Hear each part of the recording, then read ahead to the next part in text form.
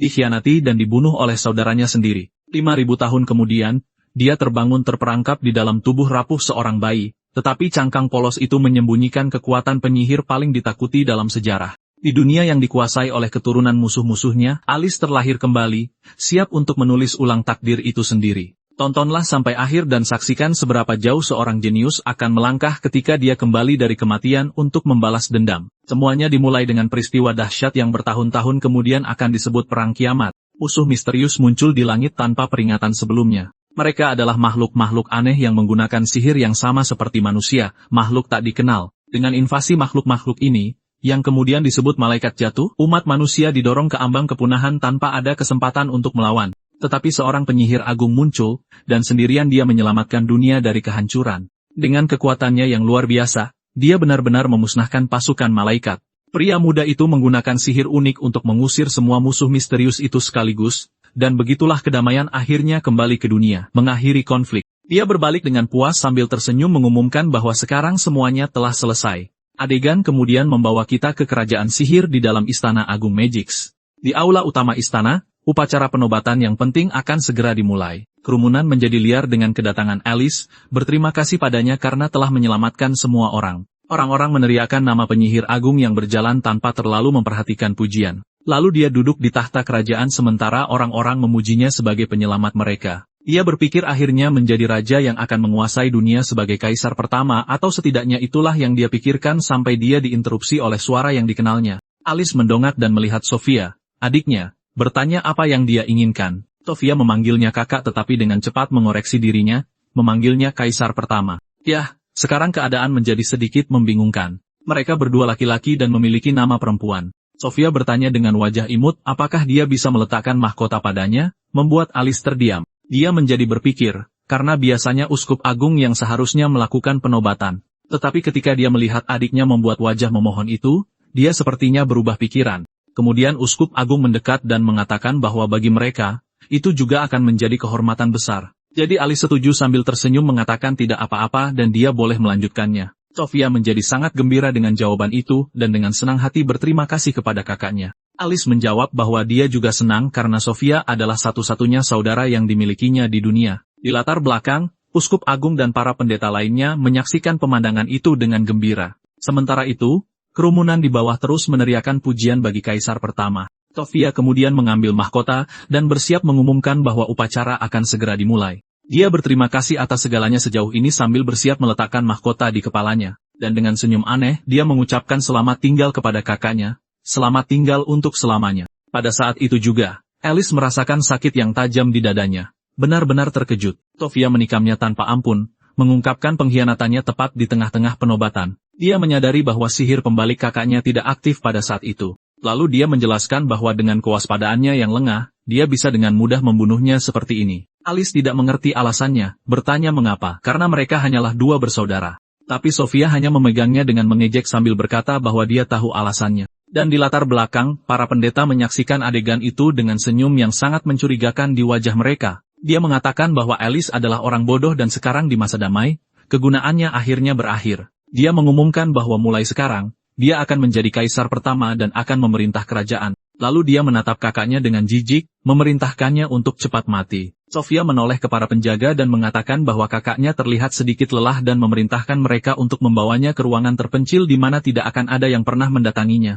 Uskup Agung setuju, berkomentar bahwa itu pasti karena kelelahan akibat perang yang panjang. Dengan senyum kemenangan, Sofia mengamati semuanya sementara orang-orang mengeluh-elukannya. Dan dengan demikian, teriakan perayaan untuk kaisar baru menggema di seluruh kerajaan. Adegan beralih ke Alice yang terbaring di tanah menyadari bahwa belati itu mengandung racun mematikan. Dia meratap karena telah berjuang untuk semua orang dan mengorbankan segalanya demi kebaikan kerajaan. Tapi mimpinya menjadi raja yang dicintai berakhir bahkan sebelum dimulai. Dengan air mata berlinang, dia memanggil Sofia, tidak mengerti alasan pengkhianatan itu. Dengan kenangan masa kecilnya yang bahagia, dia bersumpah tidak akan pernah melupakan apa yang terjadi. Dia batuk darah lagi, merasa tubuhnya sudah mencapai batasnya.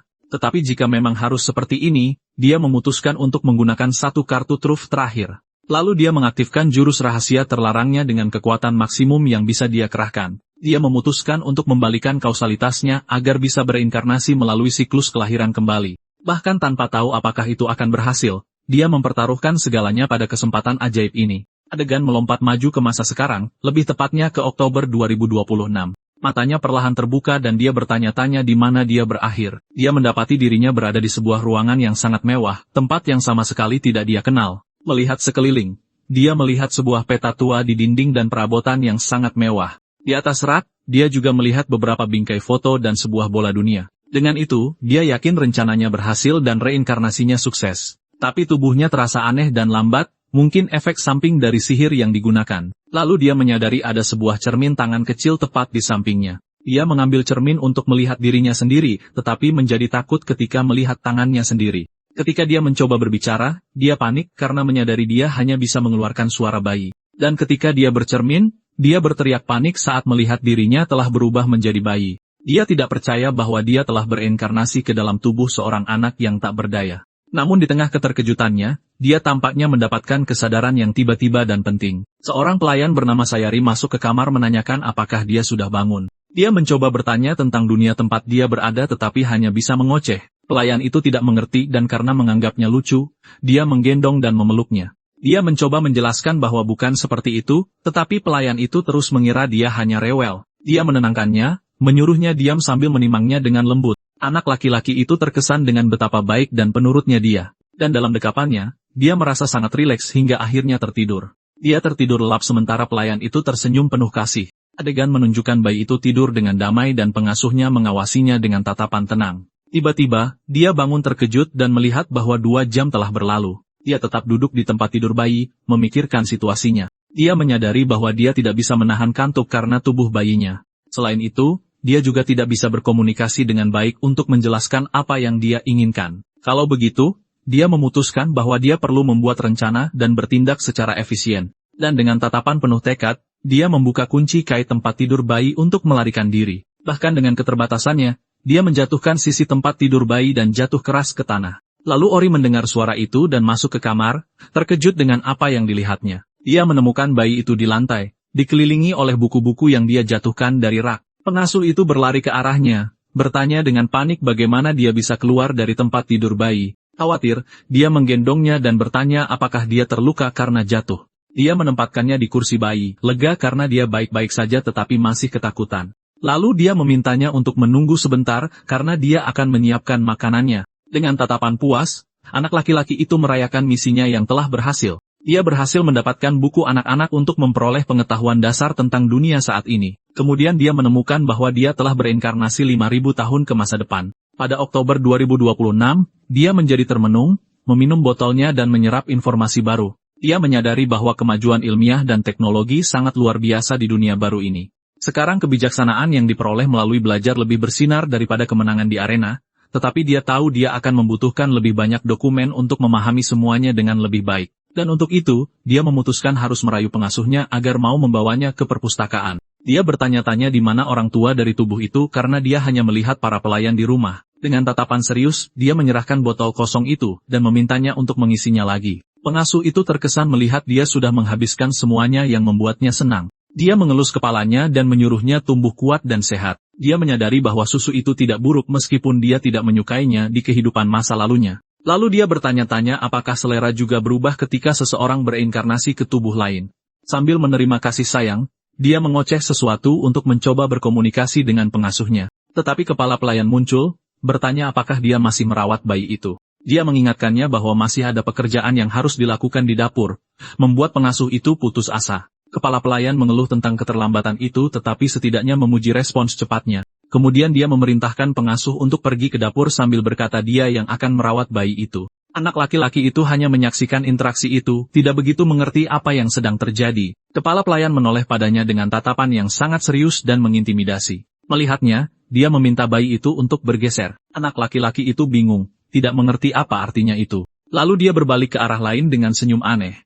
Kemudian dia mulai merapikan buku-buku yang dijatuhkan anak laki-laki itu ke lantai. Dia menatanya kembali di rak, meletakkan semuanya dengan hati-hati di tempatnya. Dan ketika dia meletakkan buku terakhir, dia menemukan sebuah kotak perhiasan kecil yang tersembunyi. Pelayan itu menatap kotak kecil itu dengan tatapan serakah penuh hasrat. Anak laki-laki itu segera menyadari bahwa dia berencana mencuri perhiasan keluarga. Dia pikir dia bisa menyalahkan kekacauan yang dibuat bayi itu sebagai alasan hilangnya perhiasan. Dengan senyum jahat, dia menoleh ke arah anak laki-laki itu berpikir dia tidak mengerti apa-apa. Tapi dia balas menatap dengan tatapan serius yang menunjukkan bahwa dia sudah mengetahui segalanya. Dia merasa tatapan kurang ajar itu aneh dan memutuskan dia perlu memberinya pelajaran. Dia mengambil termos sambil berkata dia menggunakannya untuk menghangatkan susunya. Dan dengan tatapan kejam, dia berkata bahwa dia akan senang melihatnya menangis karena air panas. Dia menyiramkan air langsung ke arahnya, tapi dia sama sekali tidak terlihat takut. Anak laki-laki itu menjadi marah dengan tindakannya dan melepaskan aura kekuatan yang mengesankan. Dia mengaktifkan sihirnya dan membalikan serangan itu membuat air kembali langsung padanya.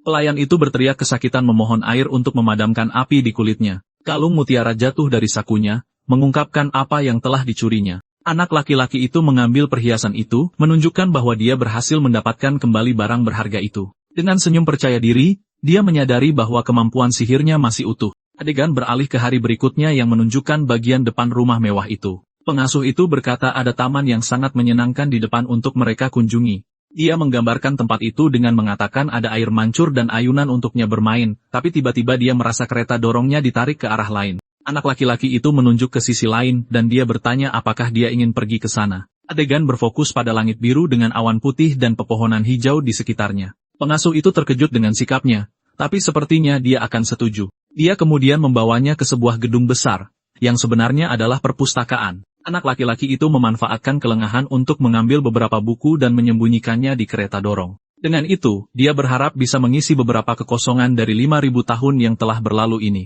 Dia berencana membaca semuanya secara diam-diam saat pengasuh tidak ada di dekatnya untuk mengawasinya. Pengasuh itu mendorong kereta dorong sambil berpikir sementara anak laki-laki itu pura-pura tidur. Dia merasa sangat aneh bahwa seorang bayi tidak suka taman dan hanya peduli pada buku.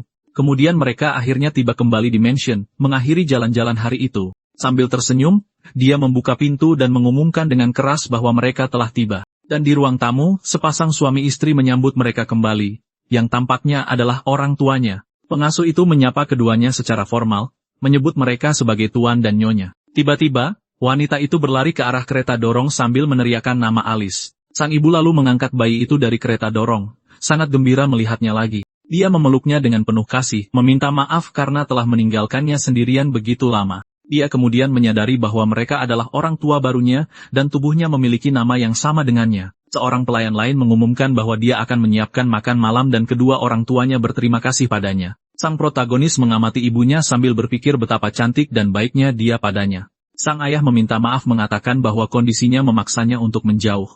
Tapi sang ibu memarahinya dengan mengatakan bahwa penyakitnya lah yang menjadi prioritas sekarang. Mendengar itu, Alice menjadi penasaran tentang penyakit apa yang mungkin diderita ayahnya. Dia menyesalkan bahkan pengobatan canggih Amerika pun tidak berhasil, tetapi sang ibu menyemangatinya dengan mengatakan bahwa mereka tidak boleh menyerah dan harus terus mencari. Namun, tabungan keluarga mereka menipis, dan mansion itu mungkin akan digadaikan. Dia menyarankan untuk mengurangi donasi tahunan yang mereka berikan ke panti asuhan setempat, tetapi dia menolak mengatakan bahwa membantu anak-anak itu adalah alasan hidupnya. Alice mendengarkan semuanya dalam diam, mencerna situasi rumit keluarga barunya. Dia mengakui bahwa mansion itu nyaman dan dia tidak ingin kehilangannya. Dan seperti yang ditunjukkan oleh cerita donasi, orang tua barunya tampaknya adalah orang baik. Lalu dia memutuskan bahwa dia akan menggunakan kekuatannya untuk menyelamatkan pasangan itu dari masalah ini. Dia mengulurkan tangannya ke ayahnya dan ibunya bertanya apakah dia ingin digendong. Sang ayah tersenyum tetapi menyesalkan bahwa dia mungkin tidak bisa menggendongnya seperti itu untuk waktu yang lama. Alice menggunakan sihir pembaliknya untuk memindai tubuh ayahnya. Dia menekan output sihirnya untuk menerapkan efek sekunder dari pembalikan itu. Dengan itu, dia menyadari bahwa anatomi manusia tidak berubah sama sekali dalam 5.000 tahun. Dan setelah memeriksa meridian sihir, dia akhirnya menemukan kelainannya. Sang ayah menggendongnya, dan Alice mengoceh sambil meraih ke arah dadanya. Dia menyentuh titik tertentu seolah mencari sesuatu. Dengan sentuhan yang tepat, dia mengaktifkan titik akupunktur, dan ayahnya merasakan sentakan. Pria itu membungkuk kesakitan, dan ibunya bertanya dengan cemas apa yang terjadi. Dia bingung, tidak mengerti apa yang baru saja dia rasakan di tubuhnya. Tiba-tiba, dia menyadari bahwa tubuhnya terasa anehnya lebih baik. Dengan binar di matanya, dia menyadari bahwa kondisinya benar-benar membaik. Dia tersenyum lebar, memastikan bahwa dia merasa jauh lebih baik. Pasangan itu merayakannya, percaya bahwa keajaiban baru saja terjadi di sana. Alice tersenyum puas, karena dia tahu nyawa ayah barunya terselamatkan. Tapi tiba-tiba, dia mulai merasakan kantuk yang tak terkendali menguasainya. Dia menguap, menyadari bahwa dia menjadi sangat mengantuk setelah menggunakan sihir. Dalam pelukan ayahnya, dia akhirnya tertidur lagi, tidak bisa melawannya. Beberapa saat kemudian, dia bangun di tempat tidurnya dan merasa sedikit lebih baik. Dia melihat ibunya yang juga sedang tidur siang dengan damai di kursi di dekatnya. Dia mengerti bahwa tubuh bayinya tidak dapat menahan beban penggunaan sihir. Oleh karena itu, dia memutuskan akan menghindari penggunaan sihir sampai tubuhnya menjadi lebih kuat. Tetapi untuk membaca buku-buku yang dia ambil, dia menggunakan sihirnya untuk melayangkan buku-buku itu ke tempat tidurnya.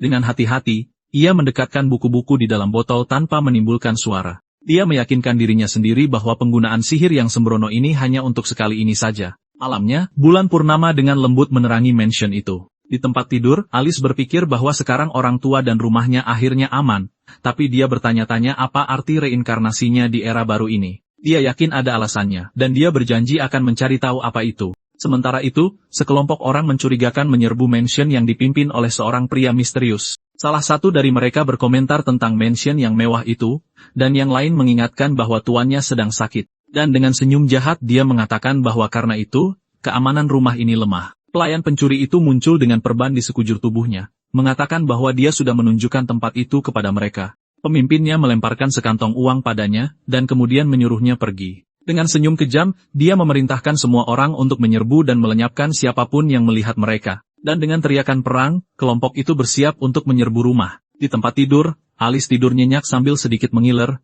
tidak menyadari apa-apa. Tetapi tiba-tiba, dia bangun merasakan kehadiran aneh yang mendekat. Dia menyadari ada penyusup di rumah dan senyuman muncul di wajahnya. Dengan tatapan penuh tekad, dia memutuskan akan mengusir mereka semua sendirian. Lingkaran sihir muncul di dinding dan para penyerbu muncul di dalam rumah. Mereka menggunakan sihir teleportasi untuk masuk tanpa diketahui siapapun. Pemimpinnya memastikan tidak ada penghalang sihir, menyebut pemiliknya naif. Dia mengatakan bahwa menurut peta dari pelayan itu, kantor tuannya ada di sebelah sana. Lalu dia menyuruh mereka untuk mencuri semua yang berharga, dan salah satu anak buahnya bertanya tentang para staf.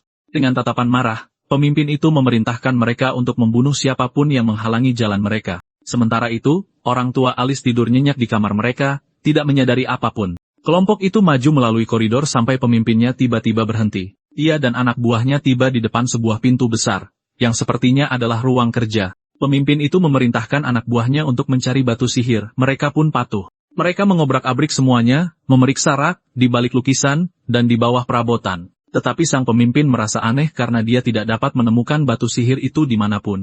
Tiba-tiba, salah satu anak buahnya memanggilnya sambil menunjuk sesuatu di koridor. Di lantai, sebuah batu sihir dengan kemurnian tinggi bersinar terang dalam gelap.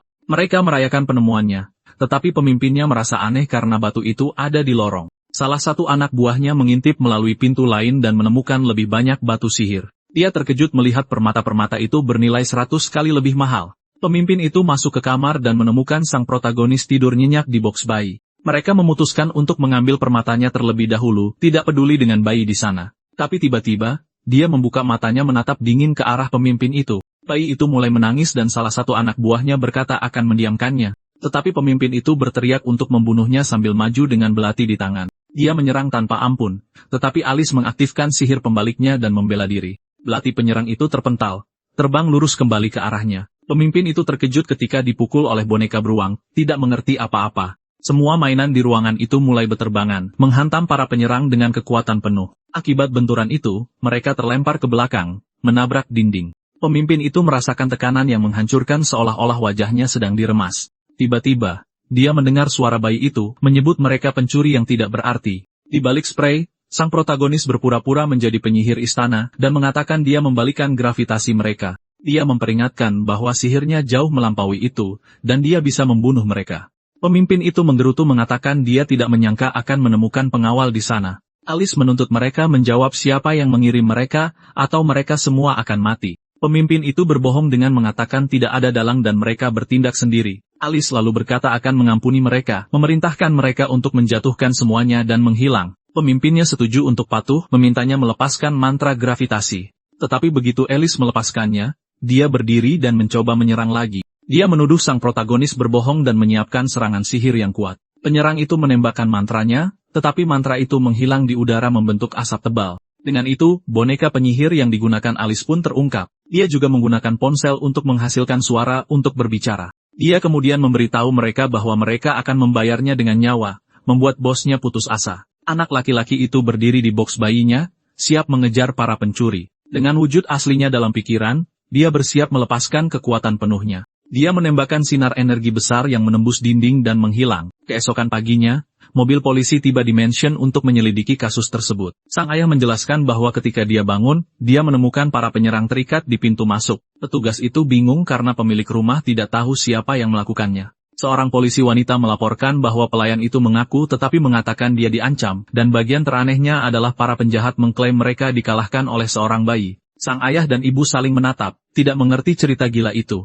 Sementara itu, Alice merangkak di ruang tamu, bertingkah seperti bayi normal. Sang ibu memujinya, terkesan dengan kekuatan dan kelucuan putranya. Sang ayah tersenyum lega, mengatakan bahwa sekarang tidak ada lagi yang perlu dikhawatirkan. Sang ibu berkomentar bahwa meskipun berbahaya, Alice tampaknya dalam suasana hati yang baik. Tiba-tiba, Alice berdiri dan tetap berdiri sendiri untuk pertama kalinya. Orang tuanya terkejut dan menyemangatinya untuk terus berjalan, takjub dengan pencapaiannya. Mereka tidak percaya dia sudah bisa berjalan padahal dia baru saja lahir. Sambil tersenyum, dia merentangkan tangannya ke arah orang tuanya, bertingkah menggemaskan. Sang ayah menggendongnya, mengatakan bahwa dia luar biasa karena sudah bisa berjalan. Dia berkata bahwa Alice mungkin seorang jenius, tetapi ibunya berpikir dia berlebihan. Alice berpikir bahwa untuk saat ini, memiliki kemandirian fisik untuk berjalan sudah cukup baik. Tetapi dia tahu dia perlu melatih tidak hanya kecerdasannya tetapi juga tubuhnya. Namun jika dia menjadi anak ajaib itu mungkin akan menjadi masalah. Oleh karena itu, dia memutuskan bahwa dia harus tumbuh dengan tenang dan diam-diam. Pengasuh membawakannya susu saat dia membaca di lantai dikelilingi buku. Dia menatapnya kaget melihat kecerdasan dan tingkah laku bayi itu. Dan kini dengan kehadiran sang ayah, dia yakin bahwa bayi itu adalah seorang jenius. Baik ayah maupun ibu terkejut melihat pemandangan yang tidak biasa itu. Pengasuh menjelaskan bahwa protagonislah yang bersikeras membaca semua buku itu. Sang ayah terkejut dan bertanya-tanya apakah putra mereka benar-benar berbakat. Alice menatap mereka saat mereka mengambil kesimpulan tentang itu. Sang ibu menyarankan untuk mendaftarkannya di institusi sihir dan sains untuk para jenius. Dia menjadi bersemangat dengan gagasan itu sementara Alice tetap diam, hanya mengamati. Dan tanpa peduli dengan keributan, dia kembali membaca, fokus pada belajarnya. Membaca buku-buku itu, protagonis menemukan bahwa 5.000 tahun yang lalu, bumi memiliki peradaban kuno. Bangsa heroik itu membawa kedamaian ke dunia, dan penguasanya adalah Kaisar Sofia. Sofia adalah penyihir agung yang memimpin perang kiamat melawan para malaikat. Dan bahkan 5.000 tahun kemudian, garis keturunan kerajaan itu masih tetap hidup dan kuat. Kedamaian dunia saat ini berasal dari pemerintahan Kaisar pertama Sofia. Ratu dunia saat ini adalah Sofia ke-100 yang menguasai seluruh dunia. Alice mengerti bahwa mereka telah sepenuhnya menghapus keberadaannya dari sejarah. Dia merenung bahwa sejarah seringkali diputarbalikan oleh para pemenang. Dengan tatapan marah, dia memikirkan bagaimana saudaranya Sofia menipunya. Dan dengan senyum jahat dia memutuskan akan membalaskan dendam untuk segalanya. Dia bersumpah akan mengungkap sejarah palsu dan membawa kebenaran ke cahaya. Dan untuk itu, dia akan menggunakan sihir uniknya yaitu pembalikan fenomena. Tiba-tiba, pengasuh melihatnya melayang, mengira itu adalah fenomena poltergeist. Dia menyadari telah membalikan gravitasi lagi secara tidak sengaja karena amarahnya. Pelayan itu menjadi ketakutan, tidak tahu harus berbuat apa dengan pemandangan aneh itu. Karena itu, dia berlari pergi memanggil tuannya. Kemudian di tengah malam, protagonis melanjutkan rencana balas dendamnya. Keesokan harinya, dia berlatih langkah pertamanya dengan dorongan dari orang tuanya. Tiba-tiba, dia mengucapkan kata-kata pertamanya, dan sang ibu bertanya apa yang dia katakan. Sambil tersenyum, dia menatap ibunya dan memanggilnya mama, membuatnya terkejut. Orang tuanya tidak percaya dia sudah bisa memanggil nama mereka. Sang ayah tergagap mengatakan bahwa dia pastilah anak ajaib karena sudah bisa berbicara. Kemudian, pelayan mengumumkan bahwa persiapan untuk sesuatu sudah siap. Sang ibu terkejut karena tidak menyadari waktunya sudah tiba, jadi dia memanggil si kecil untuk mandi bersamanya. Alice menjadi bingung karena dia sebenarnya bukan bayi. Dia mengulangi dengan penuh semangat bahwa ini waktunya mandi, membuat anak laki-laki itu putus asa. Dia mencoba menolak dengan mengatakan bahwa dia bisa membersihkan dirinya sendiri dengan sihir pemurniannya. Tapi ibunya bersikeras mengatakan bahwa mandi itu wajib karena dia berkeringat saat bermain. Alice tidak punya jalan keluar, menyadari bahwa mandi bersama ibunya tidak bisa dihindari. Dalam kepanikan, dia mulai memanggil ayahnya, menunjuk ke arahnya tanpa henti. Sang ayah tersenyum dan berkata, tidak apa-apa jika dia ingin mandi bersamanya saja. Di tempat tidur, Alice berpikir dengan lega bahwa dia berhasil lolos dari situasi itu. Dengan tujuannya yang sudah ditetapkan, dia bersumpah akan menghadapi keturunan Sofia. Dia akan menunjukkan kepada semua orang kebenaran dari sejarah yang disembunyikan. Dan dengan janji itu, dia memutuskan untuk menunggu tubuhnya tumbuh sebelum bertindak. Adegan berlanjut 3 tahun kemudian, menunjukkan mansion yang dikelilingi oleh pohon sakura. Orang tuanya membawanya ke taman kanak-kanak, terkesan dengan tempat itu. Sekarang berusia 3 tahun, Alice sudah mengenakan seragam sekolah. Tiap untuk memulai, dia berterima kasih kepada orang tuanya karena telah mendaftarkannya di sekolah yang begitu bergengsi. Dia bertanya-tanya apakah dia akan akur dengan teman-teman atau menjadi korban perundungan. Atau mungkin, dengan senyum licik, dia bisa menjadi pembuat onar di kelas. Di dekatnya, orang tua dari anak-anak lain mengobrol tentang nilai anak-anak mereka. Seorang wanita membual bahwa suaminya adalah direktur institut sihir. Ibu lain berkomentar bahwa mereka sudah pernah bertemu di pertemuan asosiasi sihir. Sang protagonis menyadari bahwa sekolah itu penuh dengan anak-anak dari kandidat elit. Upacara penyambutan dimulai dengan kepala sekolah di panggung utama. Dia menyambut para siswa baru dengan mengatakan bahwa mereka adalah anak-anak yang istimewa. Alice berpikir ini adalah pengalaman pertamanya di masyarakat dan memutuskan untuk bertindak. Adegan beralih ke ruang kelas di mana anak-anak berlari dan bermain dengan riang. Guru Sally memperkenalkan dirinya di kelas, sangat bersemangat untuk hari pertama sekolah. Anak-anak mengelilinginya, sangat antusias. Tapi sang protagonis berdiri diam, mengawasi dari kejauhan. Dia tidak bergaul dengan yang lain, lebih suka diam di pojokannya. Dan bahkan saat waktu bermain, dia tidak berinteraksi dan tetap menyendiri. Gurunya mendekatinya, bertanya apakah ada yang salah. Dia belum pernah melihat anak yang begitu antisosial dan mencoba menghiburnya dengan mainan. Gurunya menjadi sangat khawatir tentangnya sementara dia hanya terus membaca bukunya. Tiba-tiba, sekelompok anak dari kelas lain mendekati mereka. Anak-anak lain merasa kehadiran mereka aneh, bertanya siapa anak laki-laki itu. Seorang anak laki-laki memperkenalkan dirinya sebagai Xiaojin, menyatakan dirinya orang terpenting di sana. Dia menyombongkan diri sebagai bangsawan nomor 1, dan yang lain menyanjungnya. Alice memandang adegan itu dengan jijik, menganggap semuanya sangat menyedihkan. Kemudian Alice berjalan melewati lorong sekolah dengan anak-anak lain di belakangnya.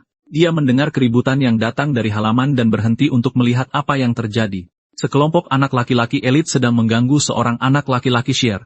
Anak itu meminta maaf dengan gugup, tidak tahu harus berbuat apa dalam situasi itu. Sang protagonis mengamati dari kejauhan, merasa aneh melihat seorang siswa dari kelas bintang meminta maaf. Para perundung mengatakan bahwa hanya bangsawan kelas 1 yang diizinkan masuk ke sana. Anak itu terdiam, tidak dapat membela diri dari tuduhan. Mereka memaksanya untuk membersihkan semuanya karena dia tidak membayar bagiannya. Mereka menyiramkan air kotor ke anak itu, tertawa dan mengejek situasinya. Alice datang dan berkata bahwa lelucon mereka sudah keterlaluan. Xiaojin berbalik, kesal, dan bertanya apa masalahnya ikut campur. Alice memberitahu anak itu bahwa dia tidak melakukan kesalahan apapun dan itu sudah cukup. Para perundung mengenali Alice, dan salah satu dari mereka berkata dia juga terlihat miskin. Xiaojin memutuskan dia akan membereskannya juga, agar dia tidak diganggu lagi. Tapi tiba-tiba, mereka menjadi takut mengira guru Sally akan datang. Xiaojin memutuskan untuk tetap menghukumnya, melemparkan seember air kotor ke arahnya. Alice mengaktifkan sihirnya dan membalikan serangan itu, membuat air kembali ke kelompok itu. Xiaojin tidak mengerti apa-apa, melihat air terbang ke arahnya. Air itu langsung mengenainya, membuatnya basah kuyup. Mereka berteriak mengeluhkan kekacauan itu dan bertanya-tanya apa yang terjadi pada Xiaojin. Alice mendekati anak laki-laki itu dan memegang tangannya, tersenyum. Dia mengajaknya pergi dan anak laki-laki itu mengikutinya, masih bingung dengan semuanya. Dan keduanya lari, meninggalkan para perundung yang kotor dan terhina. Alice bertanya apakah dia baik-baik saja, dan anak laki-laki itu berterima kasih atas bantuannya. Ia memperkenalkan dirinya, dan Alice berkata senang bertemu dengannya. Alice mengatakan bahwa status sosial dan donasi tidak penting, membuat anak laki-laki itu bingung. Dia menasihatinya untuk melawan ketika ada sesuatu yang mengganggunya dan jangan menunggu bantuan. Dia bertanya apakah anak laki-laki itu mengerti, lalu berjalan pergi, membuatnya termenung. Anak laki-laki itu merasa nasihat itu sulit dipahami, tetapi terus merenungkannya. Keesokan harinya, Guru Sally mengajak semua orang untuk bermain. Tetapi sang protagonis, seperti biasa, tetap di sudutnya tidak ikut bersenang-senang. Saat waktu menggambar, dia duduk di samping temannya, tetapi tampaknya tidak tertarik. Temannya menunjuk ke gambarnya dan bertanya apa itu. Sang guru mendekat dan terkejut dengan apa yang dilihatnya di kertas. Dia menyadari bahwa itu adalah teori sihir tingkat sekolah menengah. Dan untuk menutupinya, dia mengubah topik pembicaraan dan mengajak semua orang bermain balok. Tetapi Alice, dengan menggunakan balok, membangun patung yang sempurna, membuat sang guru panik. Sang guru berlari untuk memberitahu kepala sekolah, sementara Alice mulai bosan. Sambil bersembunyi, para perundung merencanakan balas dendam pada Alice atas penghinaan itu. Zizen bilang dia akan menunjukkan siapa bosnya menggunakan alat sihir. Di koridor, sang protagonis dan temannya berjalan bersama, mengobrol dengan tenang. Zizen mengintai dari jauh, bersiap-siap untuk menjalankan rencananya. Sang protagonis merasakan kehadirannya tetapi pura-pura tidak menyadarinya. Anak laki-laki itu mengungkapkan bahwa dia memasang perangkap sihir untuk meledakkan Alice. Dia membual tentang mencuri barang itu dari perusahaan ayahnya, dan dengan tatapan penuh dendam, dia berkata akan meledakkan Alice sepenuhnya. Alice menganggap jebakan itu begitu jelas, sehingga melelahkan bahkan untuk berpura-pura tidak menyadarinya. Teman-temannya menyemangatinya dan Zizen mengaktifkan perangkap, berteriak agar dia menderita. Ledakan besar terjadi dan teman protagonis berteriak ketakutan, tetapi dia melindunginya dengan sihir pembaliknya yang menciptakan perisai. Dengan tatapan marah, dia mengaktifkan kekuatannya dan bersiap untuk serangan balik. Dan dengan satu gerakan, dia memantulkan ledakan itu kembali ke para perundung. Zizen dan teman-temannya tertegun tidak mengerti apa yang baru saja terjadi. Ledakan itu melemparkan mereka jauh dengan kekuatan yang luar biasa dan tak terduga. Mereka jatuh ke tanah dengan linglung sementara Alice bersiap untuk pergi. Para guru berlari datang karena terkejut oleh suara ledakan. Mereka menemukan anak-anak itu tergeletak di tanah tanpa memahami kejadiannya. Alice menutupi kejadian itu dengan mengatakan bahwa hembusan angin menjatuhkan mereka. Para guru akhirnya percaya, menyalahkan perubahan suhu sebagai penyebab angin itu. Dia memanggil temannya yang mengikutinya, masih sedikit terguncang oleh semuanya, dan keduanya berjalan pergi, meninggalkan para guru yang kebingungan. Para guru terus mengawasi, masih mencoba mencari tahu apa yang terjadi. Nanti, sambil duduk di bangku, teman sang protagonis memanggilnya untuk berbicara. Dia bertanya bagaimana caranya menjadi orang yang kuat seperti sang protagonis karena dia tidak punya kepercayaan diri. Dia mengaku bahwa dia selalu dirundung dan tidak sanggup memberitahu orang tuanya. Alice menasihatinya untuk melawan karena manusia memiliki potensi tak terbatas. Dia berkata bahwa dulu dia juga seperti itu tetapi berubah dengan cara melawan. Dengan kilas balik tentang saudaranya, dia mengatakan pernah percaya pada potensi pria itu. Temannya menjadi termenung merenungkan kata potensi. Dengan senyum penuh tekad, dia bilang dia mengerti dan akan berusaha sebaik mungkin. Pahlawan kita berpikir jika dia ingin mengubah dunia, dia harus memulainya dari sana. Keesokan harinya, anak-anak bermain dengan riang di halaman sekolah, tetapi Alice seperti biasa tetap di sudut membaca sementara gurunya mengawasi. Tiba-tiba, dia menyadari salah satu anak merasa tidak enak badan. Dia berlari ke arah gadis yang pingsan di tanah, terengah-engah. Gadis itu berkata dia tidak tahu apa itu tetapi dadanya sakit. Guru itu berteriak agar seseorang memanggil ambulans sementara Alice mendekat. Dia menggunakan sihirnya untuk memindai tubuh gadis itu dan menemukan masalahnya. Alice menyadari bahwa sebagian meridian sihirnya tersumbat. Dia tahu ini terjadi pada orang yang memiliki kekuatan sihir terlalu besar. Dan dengan sentuhan cepat, dia membuka sumbatan meridian itu. Sambil menyembuhkan gadis itu, dia berkata aliran sihirnya sekarang stabil, tapi itu hanya pertolongan pertama. Dia menelepon guru yang menutup teleponnya karena ketakutan dengan situasinya. Dia berlari ke arah gadis itu dan terkejut melihatnya sudah membaik. Pahlawan kita menutupinya dengan mengatakan bahwa latihan itu menyebabkan aliran sihir yang buruk. Dan sambil tersenyum, dia mengatakan akan menyerahkan sisanya pada guru itu dan pergi. Di ruang kepala sekolah, para guru membicarakan pencapaian Alice. Salah satu dari mereka mengatakan bahwa mainan yang rusak diperbaiki secara misterius, dan guru lain mengatakan bahwa proyektor sihir memperbaiki dirinya sendiri. Kepala sekolah mendengarkan dengan saksama, menganggap anak laki-laki itu sangat menarik. Saat pulang sekolah, orang tua Alice memujinya, dan dia mengatakan bahwa dia bersenang-senang. Dia mengambil kesempatan untuk mengatakan bahwa dia ingin meminta bantuan mereka, dan dengan tatapan serius, dia bertanya apakah dia bisa keluar dari taman kanak-kanak. Orang tuanya panik dan berteriak kaget atas permintaan yang tak terduga itu. Kemudian di rumah, mereka membicarakan permintaan Alice. Ayahnya bertanya apakah dia yakin karena sekolah itu bergengsi. Mereka bertanya apakah dia diintimidasi atau tidak menyukai para guru. Pahlawan kita menyangkalnya dan mengatakan bahwa tidak ada lagi yang bisa dia pelajari di sana. Orang tuanya terkejut dengan jawaban itu dan tidak percaya dengan apa yang mereka dengar. Dia kemudian mengatakan bahwa dia punya permintaan untuk mereka dengan tatapan serius. Tetapi pelayan datang mengumumkan bahwa kepala sekolah menelepon. Ibunya menjawab, terkejut dengan panggilan tak terduga dari kepala sekolah. Kepala sekolah meminta kedua orang tua untuk datang ke sekolah keesokan harinya. Alice menjadi khawatir, mengira insiden bom sihirnya telah ketahuan. Keesokan harinya, mereka pergi ke ruang kepala sekolah, cemas tentang percakapan itu. Ayahnya menanyakan alasan pertemuan itu, berharap tidak ada masalah. Kepala sekolah mengatakan dia memanggil mereka untuk membicarakan bakat luar biasa Alice. Orang tuanya bingung, tidak mengerti apa yang dia maksud dengan luar biasa. Dia menyebutkan prestasinya dan memastikan bahwa Alice lah yang melakukan semua itu. Dia juga ingat bahwa dia membantu temannya dan menghentikan bom itu. Dia menyadari bahwa pada akhirnya, semuanya diketahui oleh kepala sekolah. Dia menjelaskan bahwa kemampuan Alice melampaui kemampuan siswa normal. Sang ayah membaca laporan itu, terdiam melihat tingkat kekuatan putranya. Dia pikir Alice adalah seorang jenius, tetapi dia tidak pernah membayangkan sampai sejauh itu. Pada saat itu, sang protagonis mengatakan bahwa dia juga punya sesuatu untuk dikatakan. Dengan tatapan serius, dia memintanya untuk mengizinkannya loncat kelas. Ibunya terkejut, tidak mengerti permintaan untuk loncat kelas. Dia memastikan dengan mengatakan bahwa dia ingin melewati taman kanak-kanak, dan langsung masuk sekolah dasar. Kepala sekolah tersenyum dan mengatakan bahwa dia memikirkan hal yang sama dengannya. Dia bilang akan memperlakukannya sebagai lulusan khusus dan lebih awal. Alice terkejut, berpikir ternyata cukup mudah bernegosiasi dengan mereka. Kepala sekolah mengatakan bahwa tugas seorang pendidik adalah memelihara bakat anak ajaib. Orang tuanya merayakannya, senang dengan berita bahwa putra mereka adalah anak ajaib. Beberapa hari kemudian, sebuah pesta perpisahan diselenggarakan untuk Alice di sekolah. Teman-teman sekelasnya berkumpul untuk mengucapkan selamat tinggal, sedih karena kepergiannya. Mereka bilang ingin berteman tetapi takut padanya. Pahlawan kita meminta maaf dan para gadis mengajaknya bermain untuk terakhir kalinya. Ia menyadari temannya berdiri sendirian di tengah kerumunan.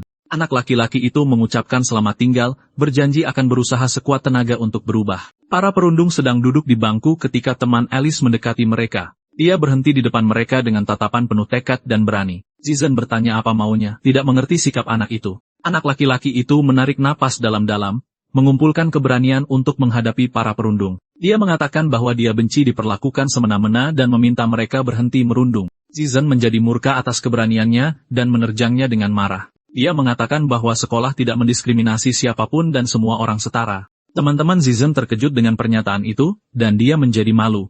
Karena malu, dia tergagap dan berjanji tidak akan melakukannya lagi. Anak laki-laki itu tersenyum, puas dengan hasil dari tindakan beraninya. Pahlawan kita mengawasi dari jauh, melihat bahwa anak laki-laki itu berhasil menyelesaikan masalahnya. Dia berpikir bahwa dunia ini penuh dengan potensi dan semua orang bisa berubah. 6 bulan kemudian, Alice pergi untuk mengikuti ujian masuk sekolah dasar.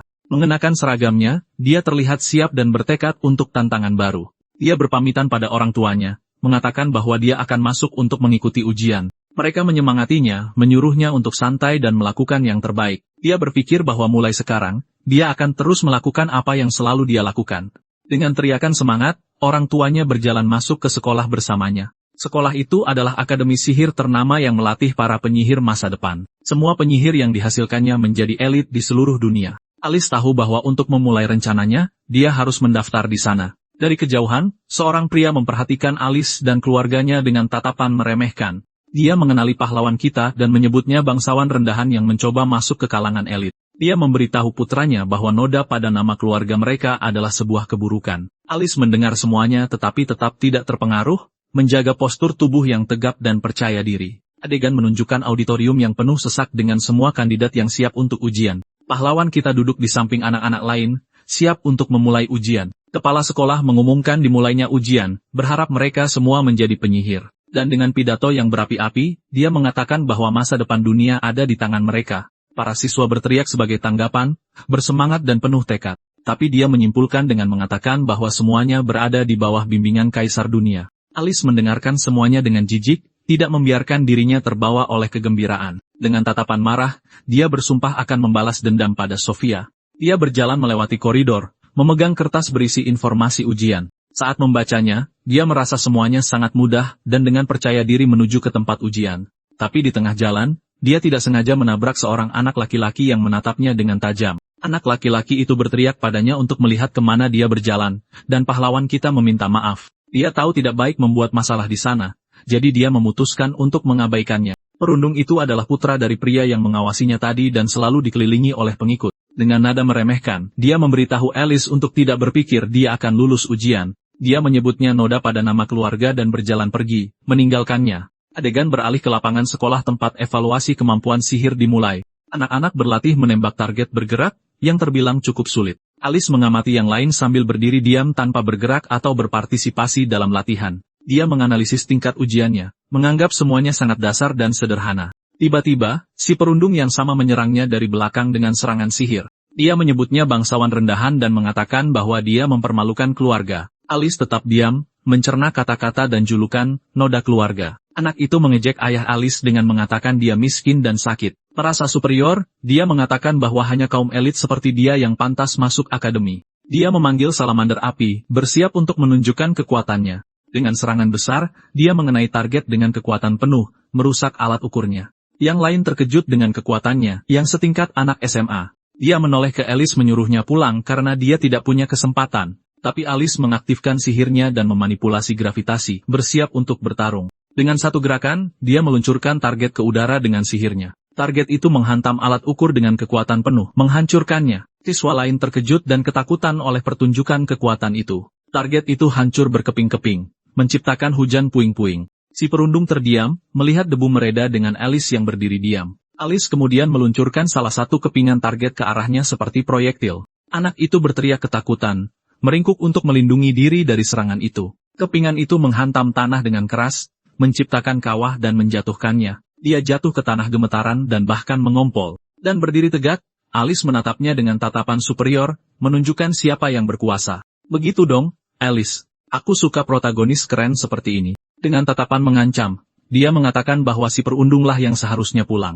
Seorang gadis pirang menyaksikan adegan itu dari jauh, tatapannya penuh minat. Dia tampak terkesan dengan sikap Alice dan terus mengamatinya. Guru mengumumkan bahwa Alice telah lulus evaluasi kemampuan sihir. Alice bahkan tidak peduli, sudah memikirkan tes berikutnya yang harus dia ikuti. Dengan tatapan penuh tekad, dia bersiap untuk tahap ujian berikutnya. Adegan beralih ke ruang kelas di mana tes bakat akademik dimulai. Alice melihat ujian itu, merasa semuanya sangat mudah dan bahkan membosankan. Tiba-tiba, dia mendengar seseorang di sampingnya bergumam. Itu adalah seorang gadis, dan dia menjelaskan bahwa dia lupa membawa penghapus. Dengan baik hati, Alice mematahkan penghapusnya menjadi dua dan menawarkannya kepada gadis itu. Dia mengulurkan tangannya dan berkata, "Mari kita berdua melakukan yang terbaik di ujian ini."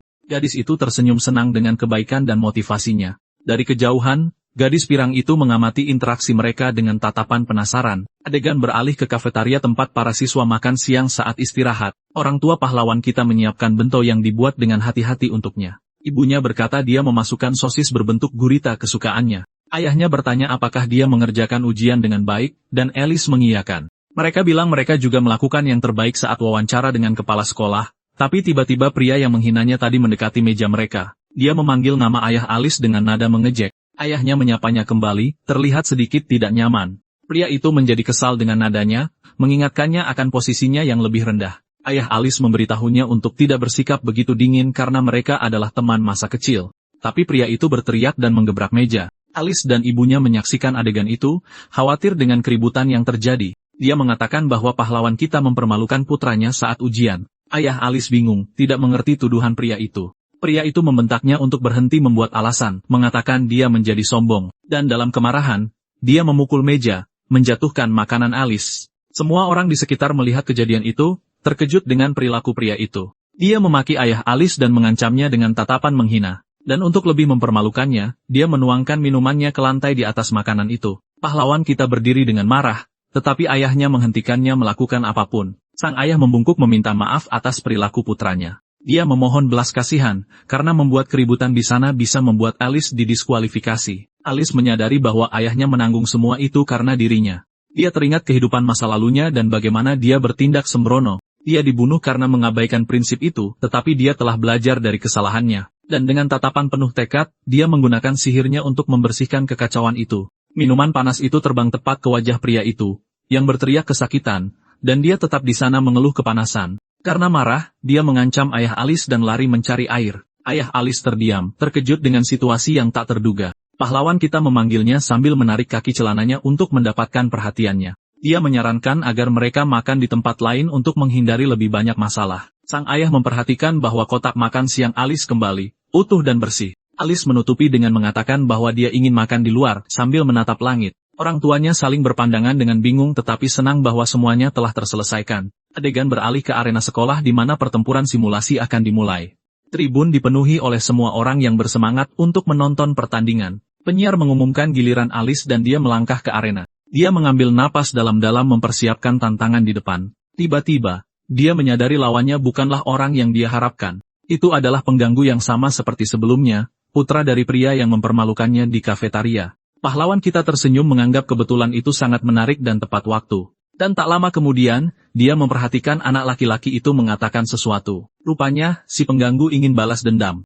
Orang tua Alice menjadi khawatir tentang perubahan lawan yang tiba-tiba. Anak laki-laki itu menyombongkan bahwa ayahnya menyuap kontestan asli. Dia berpikir meskipun itu melanggar aturan, sekarang dia bisa melampiaskan amarahnya. Dengan senyum jahat, dia bersiap untuk bertarung berpikir itu akan mudah. Dan untuk membuatnya kesal, sang protagonis mengatakan bahwa dia tahu dia mengompol tempo hari. Si pengganggu menjadi marah dan menyerangnya, berteriak bahwa dia akan membunuhnya. Dia bilang dia akan menghukum kecurangan Alice dengan kecurangannya sendiri. Dia menunjukkan gelang ajaib yang dia dapatkan dari ayahnya yang meningkatkan kekuatannya. Artefak itu langka dan mahal, mampu melipat gandakan kekuatan sihir 10 kali lipat. Dia mengatakan bahwa para penguji juga disuap dan akan mengabaikan barang itu. Dan dengan cahaya yang kuat, dia mengaktifkan kekuatan gelang ajaibnya. Dan dia memanggil salamander api menciptakan burung api raksasa. Dengan tatapan penuh kebencian, dia mengatakan bahwa Alice sudah tamat dan akan dikalahkan. Para penonton terkejut karena sihirnya setingkat universitas. Ayah si perundung menjentikkan jarinya dengan senyum kemenangan di wajahnya. Serangan besar itu mengenai Alice secara langsung, menciptakan ledakan asap. Anak itu merayakan, mengira dia memenangkan pertarungan dengan kekuatannya yang luar biasa. Namun dari balik asap, Alice muncul tanpa cedera dan dikelilingi oleh listrik. Si perundung tidak percaya karena kekuatan Alice 100 kali lebih besar. Dia mencoba menyerang lagi, tetapi Alice mengulurkan tangannya siap untuk menyerang balik. Dengan satu gerakan, dia bersiap untuk menunjukkan kekuatan sejatinya. Dia menggunakan pembalikan fenomena dan meluncurkan seberkas energi emas. Si perundung membeku, menyaksikan sihir itu melesat ke langit. Orang tua Alice berteriak ketakutan oleh kekuatan putra mereka. Anak itu mencoba membela diri, tetapi panasnya serangan mengenainya telak. Alice berjalan ke arahnya, dikelilingi oleh perisai api sihir. Dia mendekat dan menatapnya tajam, dengan si perundung gemetar ketakutan. Dia berkata bahwa biasanya, dia akan mengakhiri semuanya dengan serangan pertama. Tetapi dia menyadari bahwa kekuatan sihir anak itu tiba-tiba meningkat. Si perundung menyangkalnya, mengatakan dia tidak curang.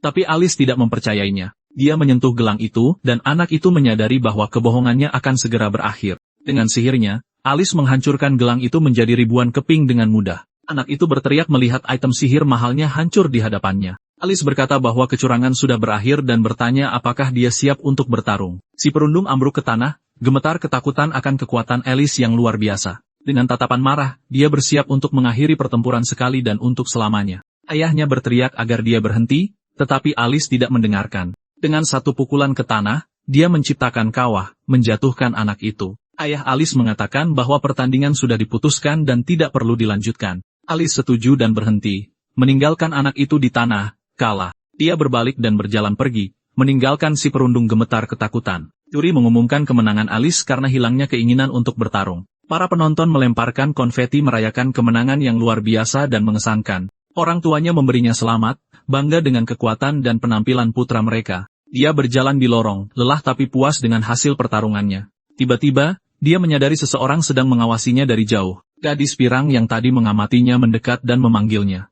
Dia memberinya selamat atas kemenangannya, mengatakan bahwa dia bertarung dengan sangat baik. Dia bertanya apakah dia Asuka yang melompati kelas, dan dia mengonfirmasi. Alice merasa anehnya familiar dengan gadis itu tetapi tidak tahu dari mana. Tiba-tiba, penglihatannya menjadi kabur dan tubuhnya melemah. Dia bertanya apakah dia bisa mendengarnya, tetapi dia pingsan karena kelelahan. Dia jatuh menimpanya, dan gadis itu berteriak ketakutan, tidak mengerti apa-apa. Apakah gadis itu memakai celana pendek, atau celana dalam? Itulah pertanyaannya. Beberapa waktu kemudian, dia bangun sambil bergumam di tempat yang tidak dikenalnya. Orang tuanya menyapanya, senang dia sudah bangun dan tidur nyenyak. Dia bertanya di mana dia berada, dan kepala sekolah memperkenalkan dirinya. Dia berkata bahwa Alice tidur nyenyak dan wajar merasa kelelahan. Ayahnya berkata bahwa mereka khawatir karena dia tidak kembali. Alice meminta maaf, merasa sedikit malu dengan situasinya. Kepala sekolah setuju dan bersiap untuk memulai wawancara akhir. Kepala sekolah mengatakan bahwa dia akan memulai wawancara akhirnya sekarang.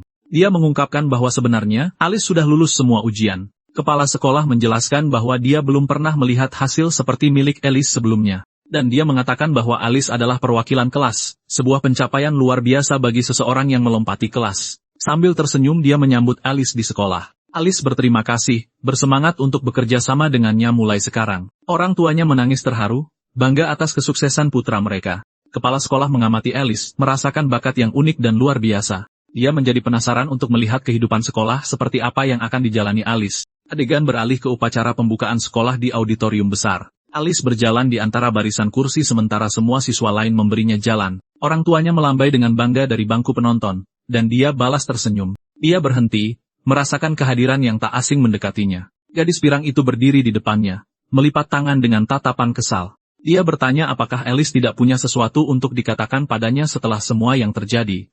Tapi Alice bertanya siapa dia, tidak mengenalinya sama sekali. Dia berteriak marah karena Alice lupa siapa yang membantunya saat ujian. Alice tetap bingung, tidak mengerti apa yang dia bicarakan. Dengan geram, dia menyebut Alice bodoh karena tidak mengingatnya. Dia berkata bahwa sikap Alice benar-benar membuatnya bingung. Sambil tersenyum, dia berkata bahwa Alice sempurna untuk menjadi pasangannya. Dia menyebutkan semua yang Alice lakukan, membuktikan bahwa dia telah mengamatinya selama ini. Dia berkata bahwa Alice memiliki semua yang dibutuhkan seorang bangsawan. Dan dengan mata berbinar, dia berkata bahwa Alice sempurna untuk menjadi kesatrianya. Alice menyebutnya penguntit dan dia menyangkalnya dengan marah atas tuduhan itu. Upacara berlanjut, kepala sekolah bersiap memanggil pembicara berikutnya. Dia memberikan pidato yang mengatakan bahwa siswa harus membimbing dunia menuju perdamaian. Anak-anak mendengarkan dengan saksama, bersemangat dengan tanggung jawab itu. Kepala sekolah kemudian memanggil perwakilan siswa untuk pidatonya. Alice berdiri, siap berjalan ke atas panggung dan berbicara kepada semua orang. Para siswa berbisik kaget karena dialah pembicaranya meskipun melompati satu kelas. Gadis pirang itu menghitung sampai 7 dengan tatapan tidak setuju. Alice melangkah ke atas panggung, berdeham, dan bersiap untuk memulai pidatonya. Dia mengucapkan janji untuk mendedikasikan dirinya pada studinya demi membawa perdamaian. Siswa-siswa lain mengulangi kata-kata itu dengan tangan di dada sebagai tanda hormat. Tetapi Alice mengejutkan semua orang dengan menantang mereka yang merasa paling kuat. Gadis pirang itu terkejut tidak dapat mempercayai keberanian Alice. Dengan senyum menantang, dia menyuruh mereka untuk bertarung tanpa menahan diri. Siswa-siswa lain bingung, tidak mengerti apa yang dia bicarakan. Kepala sekolah mengamati semuanya sambil tersenyum, menganggap sikapnya menarik. Dia berpikir bahwa dia tidak bisa membuang-buang waktu dan inilah cara tercepat. Sepulang sekolah, Alice dan gadis pirang itu pergi bersama melalui gerbang. Gadis itu bertanya apakah dia yakin dengan apa yang dilakukannya, dan dia mengiyakan. Dia berkata bahwa dia ingin mengambil jalan pintas dan tantangan adalah jalan terbaik. Gadis itu terlihat bingung, tetapi Alice memperingatkannya tentang serangan mendadak. Dia menciptakan perisai sihir dan melindunginya dari bola api. Gadis itu berteriak, marah pada serangan yang tiba-tiba dan pengecut itu. Mereka bersiap untuk bertarung dengan Alice di depan, melindungi temannya. Sekelompok anak laki-laki muncul dipimpin oleh seseorang dengan corak pirang di rambutnya. Dia memuji pertahanan Alice dengan senyum mengejek di wajahnya. Dia berkata dia datang untuk menjatuhkannya seperti yang diinginkan Alice dalam pidatonya. Dia berkata bahwa para senior akan mengajarinya adat istiadat sekolah. Alice tersenyum berpikir hebat sekali deklarasinya menyebar begitu jauh. Kedua kelompok saling berhadapan, siap untuk memulai konfrontasi. Pemimpin itu mengejek tinggi badan Alice, memanggilnya si pendek. Alice menjawab sambil tersenyum, berterima kasih atas bantuannya. Tiba-tiba, diumumkan melalui pengeras suara bahwa sudah waktunya makan malam. Kelompok lain bingung, menyuruhnya kembali dan bertarung seperti laki-laki, tetapi Alice mengatakan dia punya aturan makan malam bersama keluarganya dan harus pergi. Marah, pemimpin itu menyerang Alice, berteriak bahwa dia akan menghancurkannya. Anak laki-laki lain ikut serta, merapalkan mantra sihir mereka. Tapi Alice menggunakan pembalikan fenomenanya dan menjebak mereka dalam putaran tak terbatas. Sihir mereka ditelan dan dipantulkan, menciptakan ledakan energi. Pemimpin itu terkejut melihat sihirnya diserap oleh Alice. Alice menyerap serangan itu dan menembakkannya kembali dengan kekuatan penuh. Ledakan itu membuat mereka terbang, membuat mereka terkapar di tanah. Mereka ketakutan tidak mengerti bagaimana sihir mereka dipantulkan. Alice menyuruh mereka bangkit dan menantang mereka untuk bertarung sungguhan. Pertarungan itu menciptakan kawah di tanah dan semua orang menonton dengan takjub. Gadis pirang itu tidak mengerti bagaimana Alice mengaktifkan sihirnya tanpa merapal mantra apapun. Pemimpin itu berteriak bahwa dia tidak akan kalah dan bersiap untuk serangan lain. Dia memanggil roh petir dengan aura energi keemasan, dan dengan teriakan, dia menembakkan sambaran petir besar ke arah Alice. Tapi Alice menghentikan serangan itu dengan satu tangan tanpa usaha apapun. Anak laki-laki itu terkejut, tidak percaya bahwa serangannya yang terkuat berhasil ditahan. Alice kemudian menciptakan penghalang pertahanan, bersiap untuk serangan balik. Pemimpin itu berteriak kaget melihat penghalang terbentuk di depannya. Serangan itu mengenai penghalang dan Alice bersiap untuk serangan balik. Dengan sihirnya, dia memantulkan serangan itu kembali ke anak laki-laki itu. Petir itu mengenai sang pemimpin dan dia berteriak kesakitan karena dampaknya. Dia jatuh ke tanah, terkalahkan, dan gadis pirang itu meneriakkan namanya. Alice berkata bahwa dia menahan pantulannya agar tidak terlalu menyakitinya. Teman-temannya terkejut melihat dia masih hidup. Dengan senyum kemenangan, Alice berterima kasih padanya dan memanggilnya senpai. Malam itu, keluarga berkumpul untuk makan malam dalam suasana perayaan. Sang ayah bertanya dengan penasaran bagaimana hari pertamanya di sekolah. Dan dengan mulut penuh, Alice berkata bahwa dia pikir dia akan bisa akrab dengan semua orang. Orang tuanya menyemangatinya untuk terus belajar, senang dengan kemajuannya. Alice memanggil ayahnya dengan pertanyaan penting untuk diajukan. Dia bertanya apakah sekolah memiliki sistem untuk loncat kelas. Orang tuanya terkejut menyadari bahwa dia ingin loncat kelas lagi. Dia membenarkan dengan mengatakan bahwa dia ingin melakukan yang terbaik dan memanfaatkan hidup. Ayahnya menjadi bersemangat dan menyuruh pelayan untuk menyiapkan nasi merah untuk merayakannya.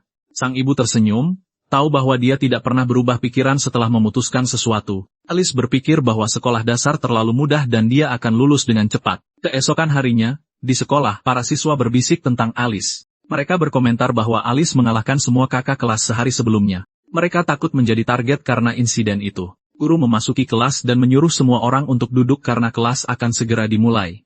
Dia menjelaskan bahwa sekolah memiliki kurikulum yang ketat untuk melatih para penyihir, dan dia memperingatkan bahwa mulai sekarang, perilaku mereka akan dipantau. Semuanya akan dievaluasi mulai dari kelas hingga penjelajahan dungeon. Ujian sihir, tes tertulis, dan duel juga akan dihitung dalam nilai mereka. Dia mengatakan bahwa semua ini akan menentukan peringkat dan skor mereka. Alice dan gadis pirang itu mendengarkan dengan saksama sambil berpikir keras. Guru itu mengatakan bahwa evaluasi pertama adalah tes kemampuan dasar. Para murid berkumpul di sekitar alat pengukur, siap untuk memulai. Seorang gadis menguji kekuatannya, dan alat itu menampilkan semua statistiknya. Dia menghela napas lega melihat hasilnya dan kembali ke tempat duduknya.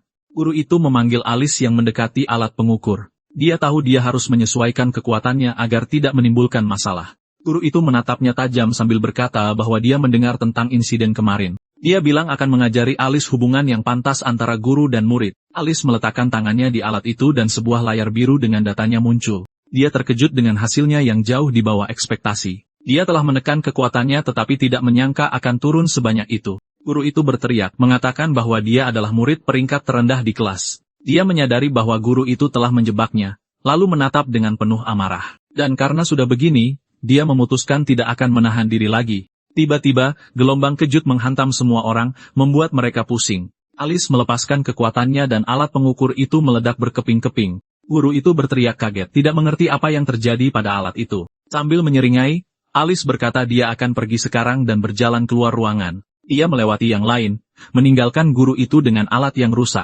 Gadis pirang itu mendekat dan bertanya apakah dialah yang melakukannya. Dia berpura-pura tidak tahu apa yang dibicarakannya dengan tatapan polos. Dia bilang itu tidak masalah, tapi sekarang dia menjadi murid peringkat terendah. Sambil tersenyum, dia berkata akan menemukan cara untuk naik peringkat. Peringkatnya diterbitkan, dan para murid memeriksa skor mereka. Mereka menggunakan gelang yang memantau tindakan dan fluktuasi sihir mereka. Guru itu berteriak bahwa evaluasi mereka bergantung pada skor deviasi mereka. Alice berpikir dengan skor rendahnya, dia tidak punya pilihan selain untuk bangkit. Guru itu membawa mereka ke halaman untuk memulai tes bakat fisik. Tes berlangsung di lapangan pasir di bawah terik matahari. Alice menjadi lelah dan terengah-engah, kesulitan mengimbangi yang lain. Gadis pirang itu mendekat dan mengatakan bahwa dia berada di urutan terakhir dalam perlombaan. Dia mengatakan bahwa dia punya masalah sendiri, dan gadis itu menyadari bahwa dia punya kelemahan. Dia berpikir bahwa tubuhnya masih lemah dan teringat akan penyakit ayahnya. Dia menyadari bahwa dia mungkin mewarisi fisik ayahnya yang lemah. Dia bertanya bagaimana dia bisa menjadi rekannya dengan kelemahan seperti itu.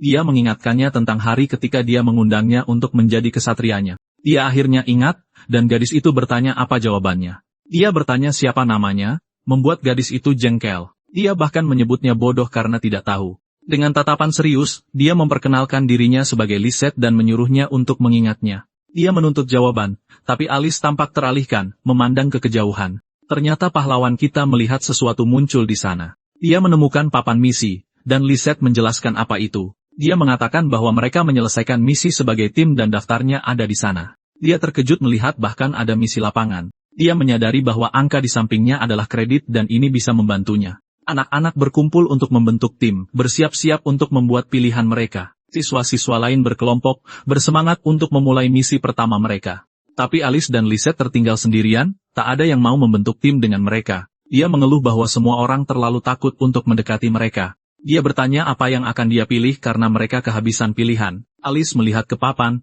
berpikir, menganalisis misi yang tersedia. Dia menunjuk sebuah misi spesifik dengan tatapan penuh tekad. Misi itu memiliki tingkat kesulitan 3 kali lipat yang direkomendasikan untuk kelompok 30 orang. Lisette memberitahunya untuk tidak melakukan itu karena ini adalah misi tingkat tinggi. Dia bertanya apa yang terjadi jika mereka menyelesaikannya, dan Lisette menjelaskan tentang kreditnya. Dia langsung setuju dan Lisette berteriak mengatakan bahwa dia bahkan tidak mendengarkan. Dia mengatakan itu berbahaya, tetapi Alice hanya berpikir untuk menaikkan peringkatnya. Siswa-siswa lain mengetahuinya dan menganggap dia gila. Di toko sekolah, mereka bersiap untuk misi, sudah mengenakan seragam mereka. Dia menyuruhnya membeli ramuan, tetapi dia menolak mengatakan bahwa dia tidak akan membutuhkannya. Dia meneriakinya, menyuruhnya untuk lebih berhati-hati dan bertanggung jawab. Alice menunjuk sebuah buku di rak, penasaran dengan barang itu. Buku itu menjanjikan peningkatan poin secara drastis selama misi. Penjaga toko menjelaskan bahwa buku itu melipat gandakan kredit yang diperoleh sebanyak 10 kali. Lisette menyebutnya amatir,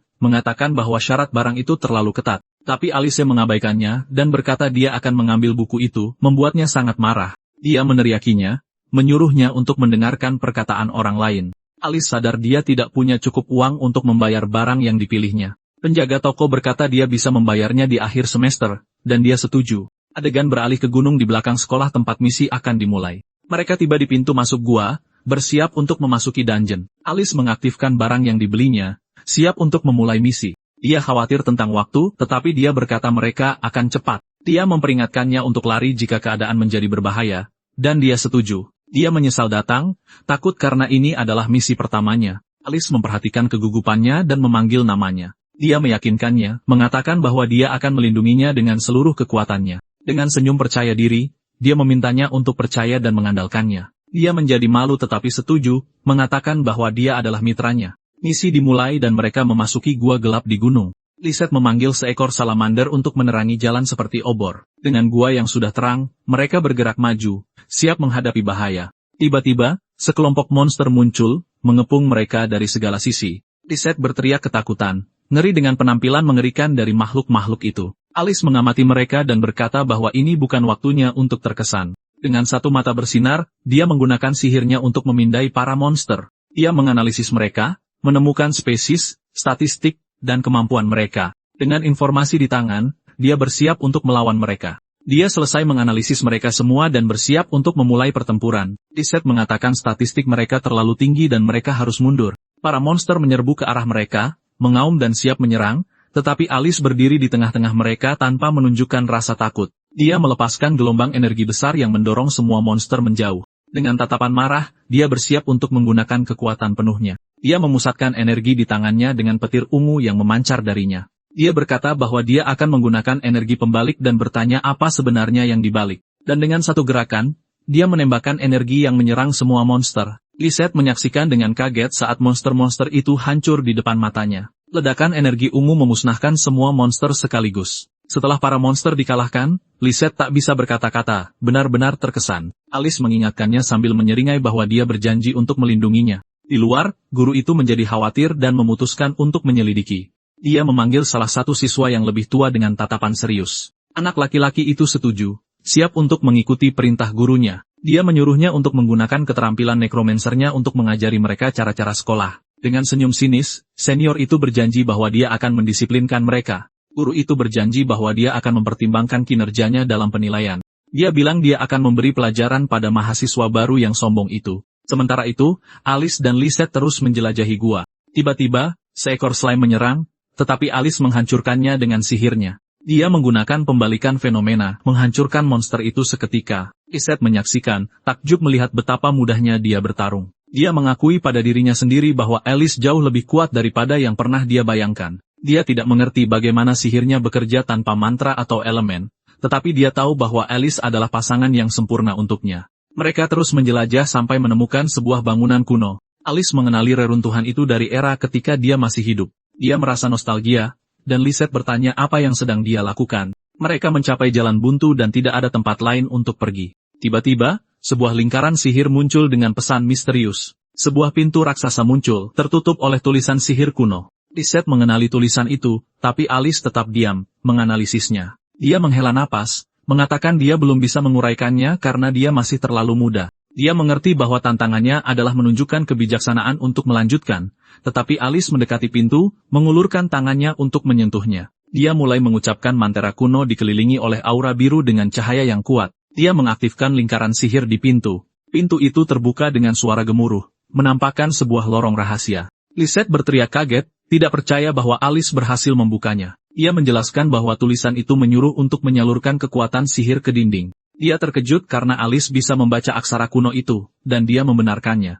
Dia berpikir itu sudah jelas karena itu adalah tulisan dari era saat dia hidup. Dengan lorong yang terbuka, mereka bersiap untuk memasuki jalan baru. Mereka maju melalui koridor gelap dengan Lisette yang menerangi jalan. Lisette merasa gugup tapi Alice menenangkannya dengan kehadirannya yang tenang. Di ujung koridor, mereka menemukan sebuah cincin melayang di atas alas. Lisette terkejut dengan barang itu, tidak mengerti apa itu. Alice mengenalinya sebagai gelang tembus pandang yang pernah dia ciptakan. Tiba-tiba, gua bergetar dan Lisette berteriak ketakutan karena suara itu. Seekor naga petir raksasa muncul, mengaum dan siap menyerang. Lisette menggunakan sihirnya untuk memindai monster itu dan menemukan statistiknya. Dia menyadari bahwa itu adalah bos misi dan tampaknya sangat berbahaya. Dia berkata tidak apa-apa karena dia punya partner yang akan membantunya. Dengan tatapan penuh tekad, dia menyuruh Alice untuk menghabisi monster itu. Tapi dia tidak merespons, membuat gadis itu bingung dan khawatir. Dia berbalik dan melihatnya hampir tertidur, kelelahan karena terlalu banyak menggunakan sihirnya. Dia berkata bahwa dia menggunakan terlalu banyak sihir dan tidak bisa bertarung lagi. Dia kemudian meminta Lisette untuk mengalahkan naga itu sendirian. Dia sangat terkejut, tidak tahu harus berbuat apa, sendirian melawan monster itu, dan dengan teriakan panik,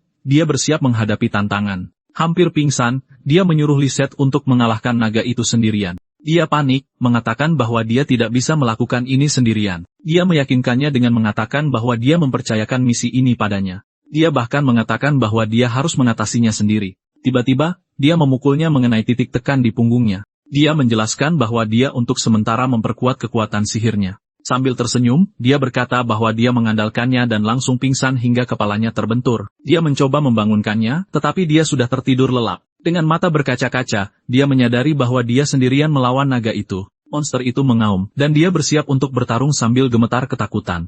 Dia memutuskan bahwa dia harus memancing naga itu menjauh dari Alice. Naga itu menembakkan seberkas energi dan dia berlari untuk berlindung. Dia putus asa berpikir semuanya sudah berakhir, tetapi sesuatu yang tak terduga terjadi. Dengan kekuatannya yang diperkuat, dia bisa melihat lintasan serangan itu. Dia menyadari bahwa itu adalah efek dari sentuhan Alice dan menjadi bertekad. Dengan senyum percaya diri, dia yakin bisa memenangkan pertarungan itu. Dia mengeluarkan mantra serangan dengan sekuat tenaga. Serangan itu mengenai naga tetapi tampaknya tidak menyebabkan banyak kerusakan. Dia ingat nasihat Alice untuk membidik inti naga. Dia mengatakan bahwa itu semua dari pengalaman kehidupan masa lalunya, membuatnya bingung. Dengan teriakan perang, dia bersiap untuk menggunakan kekuatan maksimumnya. Dia mengatakan bahwa dia akan menunjukkan kekuatan yang diturunkan dari keluarganya. Dia memanggil roh mawar yang menjebak naga dengan duri. Dengan monster yang tak bisa bergerak, dia menemukan intinya dan siap menyerang. Dia menggunakan dinding duri untuk melindungi dirinya dari ekor naga. Dengan teriakan perang, dia melepaskan kekuatannya, menyalurkan semuanya ke pedangnya. Dia melancarkan serangan yang langsung mengenai inti naga.